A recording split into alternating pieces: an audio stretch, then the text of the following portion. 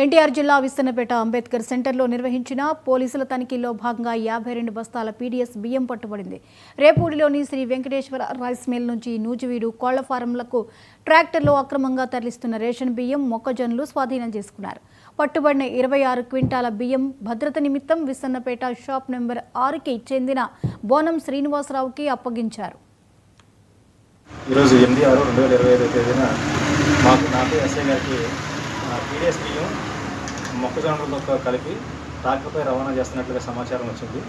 ఈ బియ్యం ఏకొండూరు మండలం రేపూడి గ్రామంలో ఉన్న Shri Venkateswara rice and flour mill నుంచి నూజివీడులోని కోళ్ల ఫారాలకు తరలిస్తున్నట్టుగా వచ్చిన సమాచారం మేరకు నేను ఎస్ఐ గారు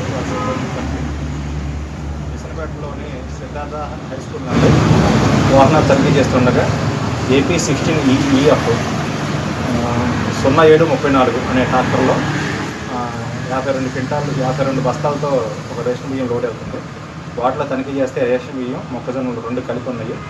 వీటిని కాటబెట్టగా 26 క్వింటాలు వచ్చినాయి. ఈ మొత్తం రేషన్ బియ్యాన్ని సీజ్ చేసి దగ్గరలో రేషన్ షాపు బోనం శ్రీనివాసరావుకి అప్పగించడం జరిగింది. ఈ బియ్యం తరలిస్తున్నటువంటి వాహనం కూడా ట్రాక్టర్ని సీజ్ చేసి పోలీస్ స్టేషన్లో అప్పగించాము.